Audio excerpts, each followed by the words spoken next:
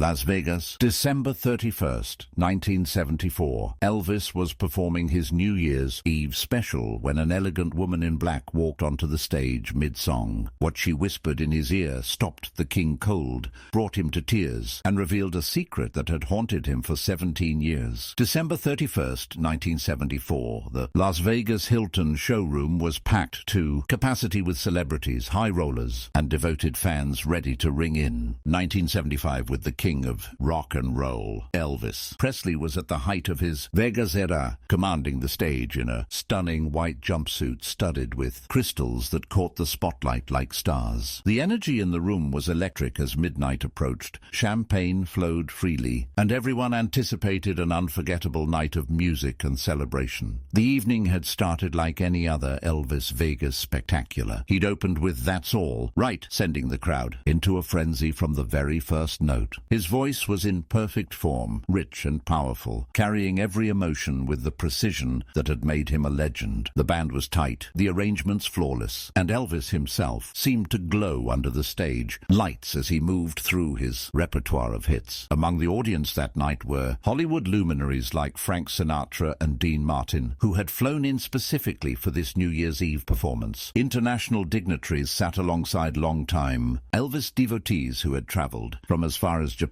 and Germany to witness the king in his natural habitat. The atmosphere was festive but reverent. This was more than just a concert. It was a cultural event that would be talked about for years to come. Elvis had just finished an explosive version of Burning Love and was transitioning into the more intimate portion of his show. The crowd settled into a reverent hush as the opening notes of "Can't Help Falling in Love" began to fill the showroom. This was always the emotional peak of Elvis's performances, the moment when his voice would wrap around the audience like velvet, drawing them into the vulnerability and tenderness that made him more than just an entertainer. When true healing needs to happen, it finds its messenger, and that's why we share these stories. Subscribe so you don't miss the moments that reveal the real man behind the legend. Wise men say only fools rush in, Elvis sang, his voice carrying the weight of experience and heartbreak that only comes with time. He moved slowly across the stage, making eye contact with individual audience members, his hand occasionally reaching out to touch the fingertips of fans in the front row. The song always transported him to a different place emotionally, a space where the performer disappeared and only the artist remained. But tonight would be different. Tonight, something would happen that no one in that showroom would ever forget. As Elvis reached the second verse, a figure began moving through the darkened showroom. She was dressed in an elegant black evening gown that suggested expensive taste and refined sensibilities, the kind of dress that might have been worn to a diplomatic reception or high society charity gala. Her dark hair was styled in sophisticated waves that framed a face that spoke of both strength and sadness, as if she had lived through experiences that had tested her but not broken her. Most remarkably, she carried herself with a quiet confidence that commanded respect, even from the security guards who were trained to intercept anyone approaching the stage without authorization. The woman walked steadily toward the stage, weaving through tables of surprised diners and partygoers who turned to watch her progress with growing curiosity. There was something almost ethereal about her movement through the crowded showroom. She seemed to glide rather than walk, and people instinctively moved aside to let her pass, as if they sensed she was on a mission more important than their evening's entertainment. Several security guards noticed her approach and began moving to intercept her, but something about her demeanor gave them pause. This wasn't the frantic, desperate energy of a typical stage rusher, driven by celebrity obsession or alcohol-fueled bravado. This woman moved with the calm certainty of someone who had every right to be there, someone on a mission that transcended normal concert protocol and touched on something deeper and more sacred. Elvis continued singing, unaware of the approaching figure. "But I can't help falling in love with you." His voice soared through the showroom, rich with emotion and perfectly controlled technique. He was completely absorbed in the performance, eyes closed, lost in the music that had defined his life and career for the past 20 years. This was Elvis at his most vulnerable, most authentic, the moment in every show when the barriers between performer and audience dissolved completely. It wasn't until he opened his eyes during the instrumental bridge that Elvis saw her. The mysterious woman had reached the edge of the stage and was looking up at him with an expression that was both familiar and impossible to place. She wasn't wasn't reaching for him like a fan desperate for contact, wasn't calling out or trying to get his attention in the usual desperate way that characterized most stage encounters. She was simply waiting, as if this moment had been planned long ago by forces beyond their control, as if destiny itself had orchestrated this meeting. There was something in her eyes that Elvis recognized but couldn't name, a depth of understanding, a weight of experience that suggested she knew things about him that even he didn't know about himself. Her gaze was steady and compassionate, holding none of the wild adoration or desperate need that he usually saw in the faces of fans who managed to get this close to him. Instead, there was something that looked almost like professional concern, the kind of expression he might have seen on a doctor's face or a minister's, someone who dealt with life's most serious moments. Elvis faltered slightly, his voice catching on the next line as a strange sensation washed over him. Something about this woman's face, her posture, the way she held herself with such dignity and purpose, triggered a memory so deep and distant that he couldn't quite grasp it. But the feeling it evoked was powerful, a mixture of recognition, confusion, and an inexplicable sense of importance, as if this meeting had been destined from the moment he first stepped onto a stage. The woman extended her hand toward Elvis, not in the desperate grasping way of a fan seeking connection or a souvenir to prove their proximity to fame, but with the calm certainty of someone who expected to be acknowledged, someone who belonged in this moment. Her movement was graceful and deliberate, conveying a message of urgency wrapped in patience, suggesting that whatever she had to say was both important and long overdue. Without fully understanding why, Elvis found himself bending down toward her, still singing, but now completely focused on this unexpected visitor. The rest of the audience, the cameras, the lights, everything else faded into background noise as Elvis's attention narrowed to this single point of connection with a woman who seemed to carry secrets he desperately needed to hear.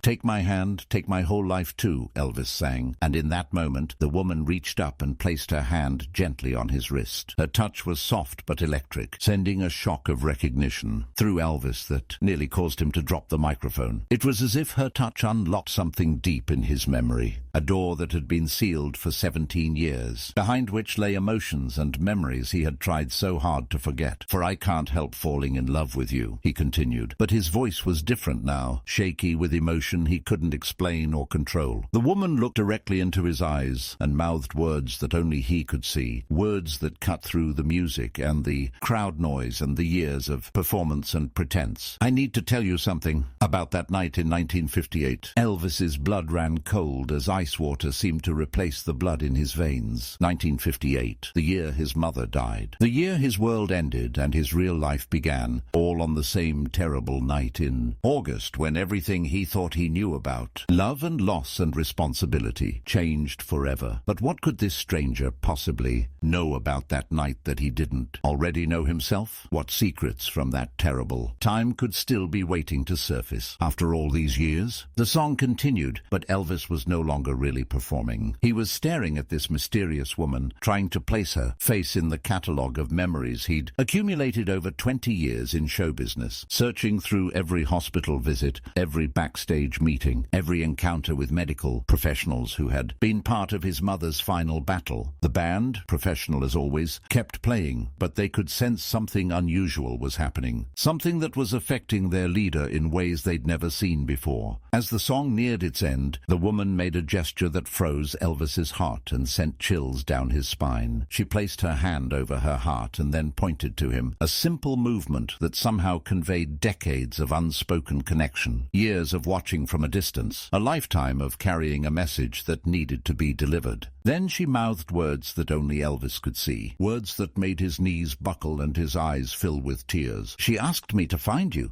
There was only one she in Elvis's life who could inspire such an immediate and overwhelming reaction, such a complete transformation from performer to grieving son. His mother, Gladys, the woman who had been his whole world, his closest confidant, his greatest love and his deepest loss. The woman whose death had left a hole in his heart that 17 years years of success and fame and adoration from millions of fans had never been able to fill. Elvis's voice cracked on the final line of the song, like a piece of fragile glass finally giving way under pressure. For I can't help falling in love with you. But the last word came out as barely a whisper, broken by emotion that he couldn't control or understand. The music ended. But instead of acknowledging the applause that erupted from the confused but moved audience, Elvis set down his microphone and walked to the edge of the stage with the deliberate movement of a man in a trance. "I need to talk to you," he said to the woman, his voice barely audible, but somehow carrying through the silent showroom like a prayer. Every person in that room could see that something profound was happening, something that transcended entertainment and entered the realm of the deeply personal and sacred. Right now, the audience watched in stunned silence as Elvis helped the mysterious woman onto the stage, his famous jumpsuit catching the stage lights as he bent down to assist her. Security guards moved forward uncertainly, their training telling them to intervene but their instincts warning them that this was something beyond their usual protocols. Elvis waved them away with an authority that brooked no argument, the kind of command that reminded everyone present that despite all the glitz and glamour, this was still his stage, his show, his life. "Ladies and gentlemen," Elvis said, picking up his microphone with shaking hands that betrayed the emotional earthquake happening inside him, "I need to take a short break. This lady has something important to tell me, something I've been waiting 17 years to hear." The audience murmured with curiosity and concern, a low buzz of conversation that rippled through the showroom like waves on a pond. Elvis never stopped a show for anything. He was the consummate professional, the man who insisted that the show must go on no matter what personal crisis or physical ailment might be affecting him. But here he was, in front of thousands of people and television cameras broadcasting around the world, putting everything on hold for a conversation with a woman none of them had ever seen before. Elvis guided the woman to the center of the stage, and they stood facing each other in the bright spotlight while thousands of people watched in fascination. The woman was even more striking up close, probably in her mid-40s, with dark eyes that seemed to hold decades of secrets and experiences, and a face that suggested both profound strength and carefully contained sadness. There was something timeless about her beauty, something that spoke of grace under pressure and dignity in the face of difficulty. "What's your name?" Elvis asked, his voice carrying through the showroom's sound system to every corner of the packed venue, his words reaching people who had paid hundreds of dollars just to be in the same room as him. "Catherine Morrison," the woman replied, her voice clear and steady despite the enormity of the moment and the weight of what she was about to reveal. "But 17 years ago, my name was Catherine Wheeler. I was a nurse at Baptist Memorial Hospital in Memphis." Elvis's face went white as a sheet, all the color draining from his features as if someone had just told him the world was ending. Baptist Memorial Hospital, the place where his mother had died, the place where his world had ended on that terrible night in August 1958, the place that still haunted his dreams, the location of his greatest failure as a son, not being there when she needed him most, not being able to say goodbye properly, not being able to tell her one last time how much she meant to him. "You were there," Elvis whispered, and it wasn't a question but a statement of recognition. Somehow, in the deepest part of his heart, he knew this woman carried the weight of that night, the authority of someone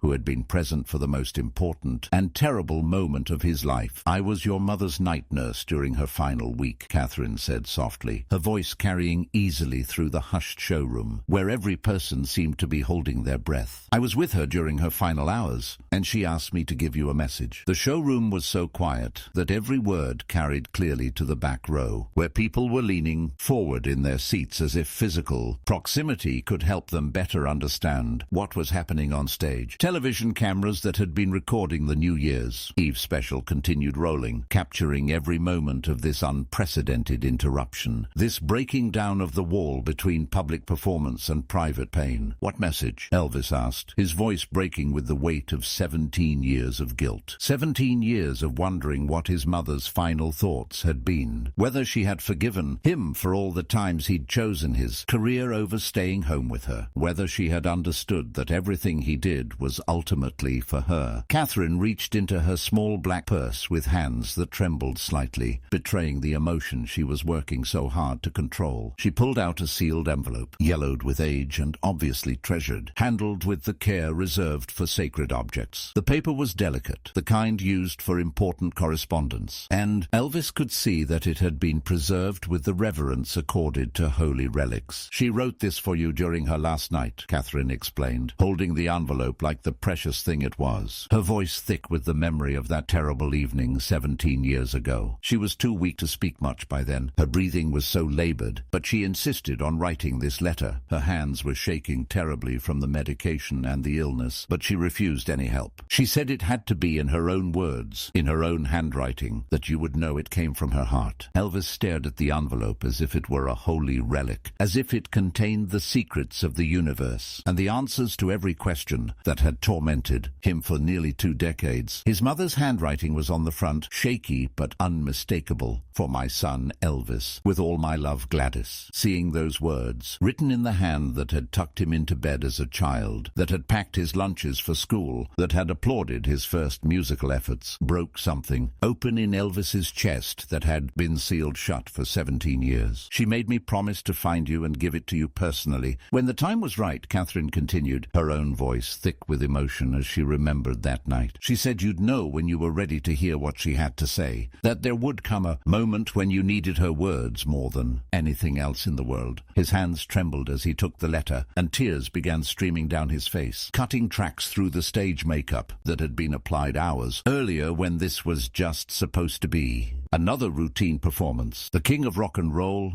the man who commanded stages around the world, who had performed for presidents and princes, was reduced to a little boy receiving a message from his mother. The vulnerability of the moment was both heartbreaking and beautiful, a reminder that beneath all the fame and success, Elvis was still, fundamentally, Gladys Presley's son. "She wanted you to know," Catherine continued, her voice steady, despite the tears that were now flowing down her own cheeks, "that she was proud of the man you'd become, proud of the music you were making, proud of the joy you brought to people all over the world. But most of all, she wanted you to know that her death wasn't your fault. She knew you blamed yourself for not being there enough, for touring so much, for leaving her alone. She wanted you to know that she understood why you had to follow your music, and she never ever wanted you to carry guilt about her death." Elvis broke down completely, sobbing in front of thousands of people as he clutched the letter to his chest like a lifeline. The audience watched in silent sympathy as the king of rock and roll became simply a son, mourning his mother, finally receiving the forgiveness he'd needed for 17 years. The raw emotion of the moment was overwhelming. There wasn't a dry eye in the house, and many people later said they felt like they were intruding on something too personal for public consumption, yet too important to look away from. "There's more," Catherine said gently, reaching out to touch Elvis's arm in a gesture of comfort that transcended the strangeness of their situation. "She asked me to tell you that every time you sing 'Love Me Tender,' she can hear you." That song was her favorite, and she wanted you to know that singing it was like talking to her directly, like having a conversation across whatever distance separates this world from the next. "I sing it every night," Elvis whispered through his tears, his voice breaking with the weight of this revelation. "Every single night I end with that song. I never knew why exactly. It just felt necessary." "She knows," Catherine replied with absolute certainty,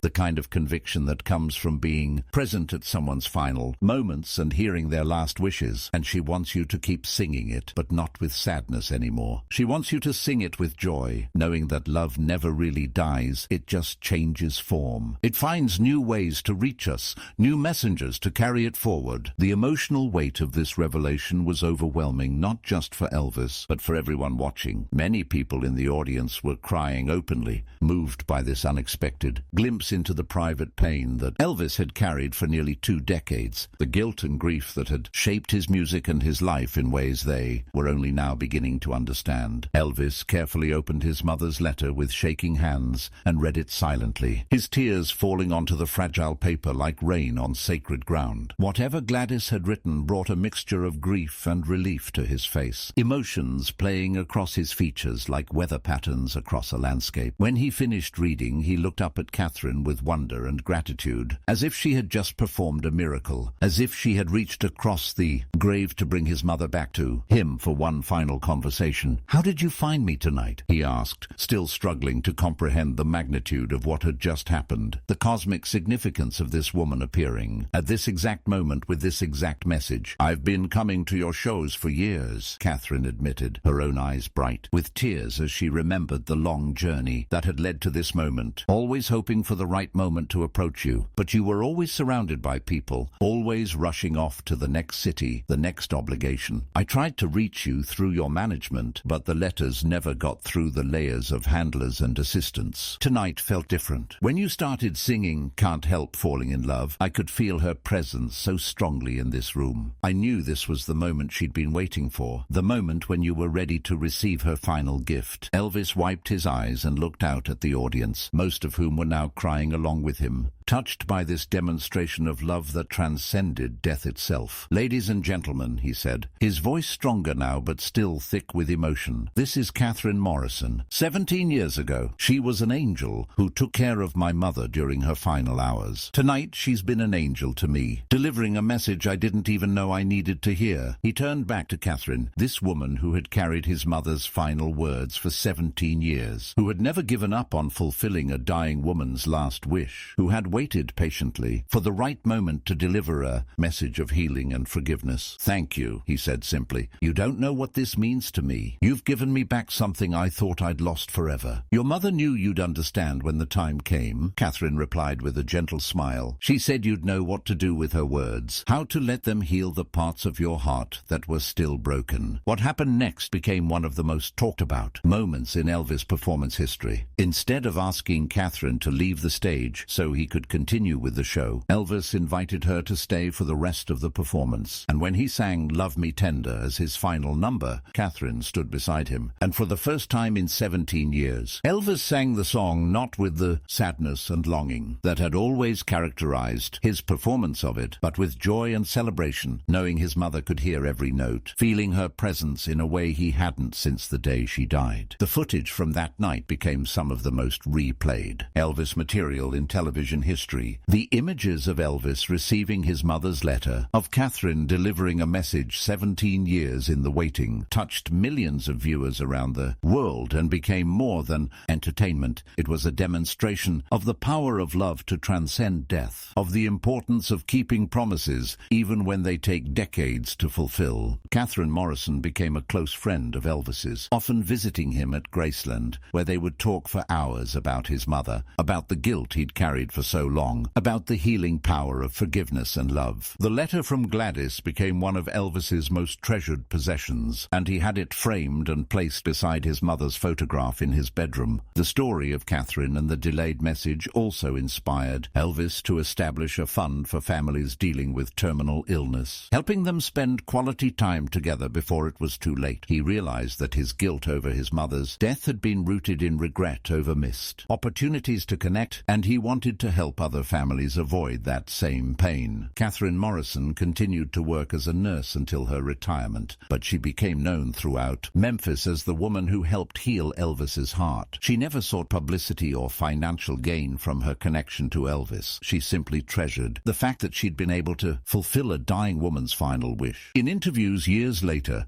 Catherine reflected on that night in Las Vegas. "I never expected to become part of Elvis's story. I was just a nurse doing my job, trying to comfort a dying woman. But sometimes the most important moments in our lives happen when we're simply trying to do the right thing." Elvis himself often spoke about that New Year's Eve performance as a turning point in his life and career. "That night, Catherine gave me back my mother's love," he said in a 1976 interview. "For 17 years, I'd been carrying guilt and sadness about losing her. Catherine helped me understand that love doesn't end with death. It just finds new ways to reach us." The letter from Gladys Presley was eventually donated to the Country Music Hall of Fame, where it remains on display as a testament to the enduring power of a mother's love and the importance of never giving up on delivering messages of healing and forgiveness. Today, the story of Catherine Morrison and her 17-year quest to deliver. Gladys's final message is taught in nursing schools as an example of how healthcare professionals can impact lives in ways that extend far beyond medical treatment. Catherine's dedication to honoring a patient's final wish demonstrates the profound difference that compassion and persistence can make. The performance itself is preserved in the Elvis archives at Graceland, and visitors can watch the footage of that remarkable night when a mysterious woman in black walked onto the stage and changed Elvis's life forever. The moment serves as a reminder that healing can come from the most unexpected places, delivered by people who refuse to give up on their mission to help others find peace. Catherine Morrison passed away in 2003, but her legacy lives on in the countless families who have been helped by the foundation Elvis established in honor of that night, and in the knowledge that sometimes the most important performances happen not when we're entertaining others, but when we're brave enough to deliver the messages of love and forgiveness that can heal hearts across any